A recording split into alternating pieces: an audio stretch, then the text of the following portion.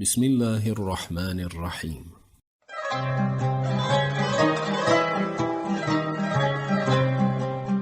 حدیثی رحمت.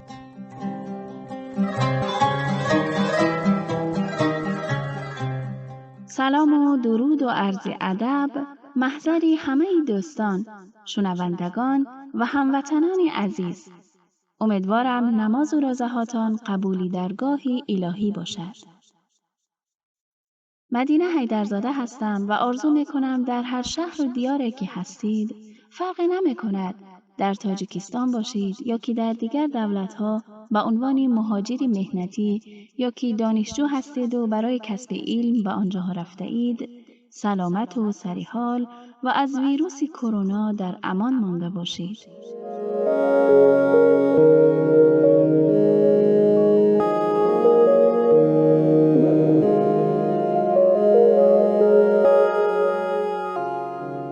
انسان اگر بخواهد میتواند از دل اتفاقات بد نیز جنبه‌های خوب و مثبتش را ببیند. ویروس کرونا زندگی همه آدم‌های دنیا را تحت تأثیر قرار داد و متاسفانه خانواده‌هایی را نیز داغدار گرداند.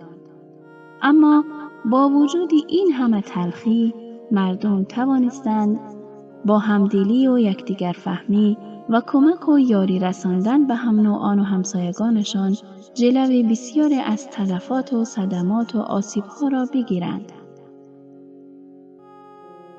و انشاءالله با کمک خداوند مهربان به زودی بر این مشکل پیروز خواهیم شد.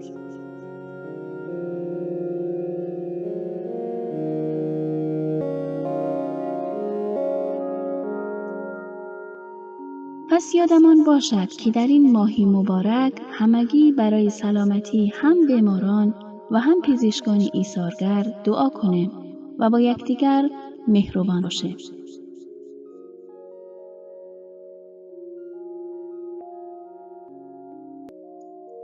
همراهان گرامی، در این لحظه شما را دعوت می‌کنیم به شنیدن صحبت‌های استاد نصیب الله عمرو درباره حدیث امروز.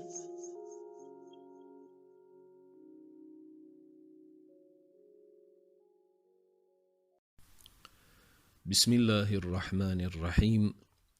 حدثنا محمد بن يحيى القطعي البصري حدثنا مسلم بن إبراهيم حدثنا هلال بن عبد الله مولى ربيعة بن عمرو بن مسلم الباهلي حدثنا أبو إسحاق الهمداني عن الحارث عن علي قال قال رسول الله صلى الله عليه وسلم من ملك زادا وراحلة تبلغه إلى بيت الله ولم يحج فلا عليه أن يموت يهوديا أو نصرانيا، وذلك أن الله يقول في كتابه ولله على الناس حج البيت من استطاع إليه سبيلا.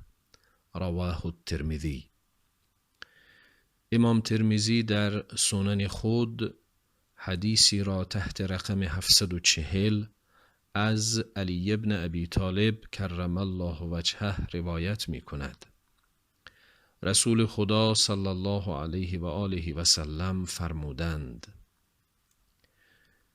کسی که توشه و وسیله نقلیه داشته باشد که او را به خانه خدا برساند ولی او حج انجام ندهد، پس چیزی نخواهد بود که او در حال یهودی و یا نصرانی بمیرد. و این به خاطر سخن خدا در کتابش است که می‌فرماید و مردم را حج و زیارت آن خانه واجب است بر هر کسی که توانایی برای رسیدن بدان جا یافت. حدیث شریف بر اهمیت انجام دادن حج تأکید دارد و کسانی را که با وجود استطاعت و توانایی مالی و جانی و امنیتی از انجام آن صرف نظر می کنند مورد عتاب و تهدید قرار داده است.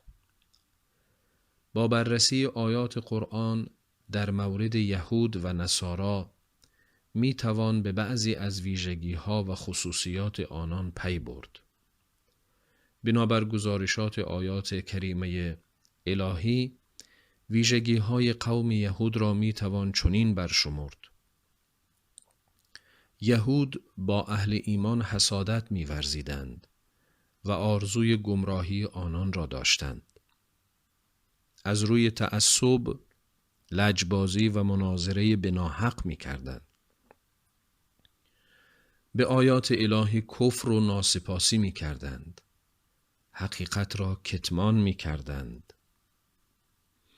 حق و باطل را در هم می آمیختند. سعی و تلاش می کردند که اهل ایمان را مأیوس نمایند.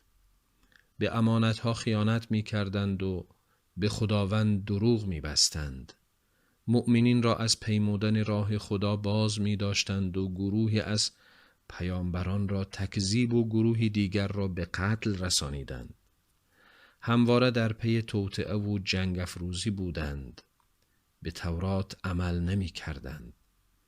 به قیامت و کیفر الهی ایمان درست نداشتند. به زبان داوود علیه السلام و عیسی علیه السلام مورد لعنت قرار گرفتند. از حدود مقرر کرده خداوند تجاوز می کردند. از کار زشت و ناپسند یکدیگر را باز نمی داشتند. با کسانی که کفر می ورزیدند دوستی می کردند و دشمنترین مردم نسبت به مؤمنان هستند. اما ویژگی ها و خصوصیات مهم نصارا بنابر فرموده قرآن کریم چنین است: نصارا به دستور انجیل عمل نمی کردند. عیسی مسیح علیه السلام را پسر خدا گفتند و کافر شدند. در دین زیاده روی می کردند و خدا را سگانه می پنداشتند. البته در میان اهل کتاب، چه یهودی و چه نصارا، افرادی نیز بودند که از این صفتها و ویژگیها پاک و پاکیزه بودند و قرآن کریم هم آنان را با لفظ مؤمنین یاد می کند. با توجه به آنچه از کتاب خدا قرآن کریم در مورد یهود و نصارا به دست می آید، عمق تهدید رسول خدا صلی الله علیه و آله در این حدیث شریف تا حدودی روشن می شود. کسی که عمدن و با ناپسندی حج را ترک می کند و در راه زیارت خانه خداوند مال خود را دریغ می دارد، برای او بیم آن می رود که همانند یهود و نصارا که این همه خصوصیات و ویژگی های بد و ناپسندی را دارند، از دنیا برود و در عذاب الهی جاودانه بماند.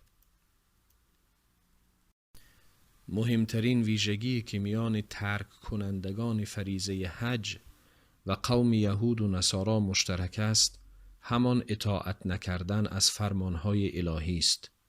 بنابراین در پایان حدیث به آیه کریمه ولله علی الناس حج البیت تأکید شده است. و السلام علیکم و رحمت الله و برکاته.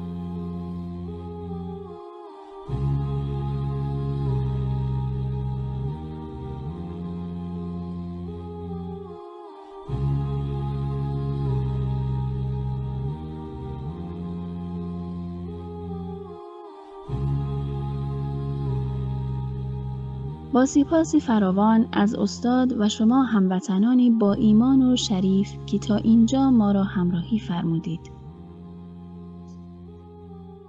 خدای من، نمیدانم گاه کجای دنیا گمت میکنم. در هیاهوی بازار، در خستگی هنگامی نماز، در وسوسه های نفسم نمیدانم، اما گاه تو را گم می کنم. مثل کودکی که در بازار دستانی مهربانی مادرش را رها کرده و تماشای لختک مشغول است. بعد می بیند مادرش نیست و هیچ لختک او را خوشحال نمی کند. به کودکیم بنگر. هرچند خودم تو را گم می کنم، اما تو پیدایم کن. مهربانا، هزاران شکر که در کنارمان هستی و قرار و آرام دلهای بیقرارمان. جز تو چی جوییم و جز تو که را خوانیم، که همه تویی و جز تو همه هیچ.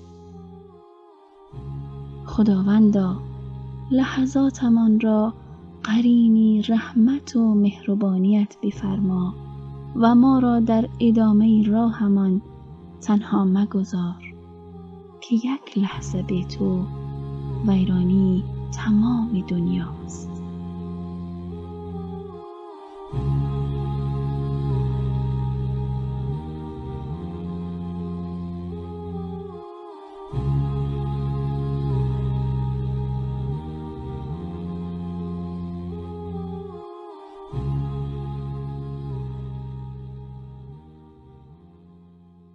تا برنامه و حدیث رحمتی دیگر، خدایار و نگهدار.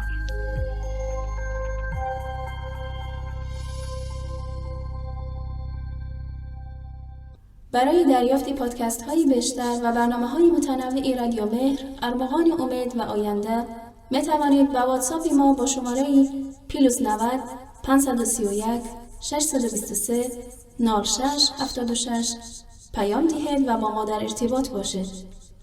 اینچنین در کانال یوتیوب و فیسبوک رادیو مهر آبونه شده و ما را همراهی کنید. www.radiomehr.org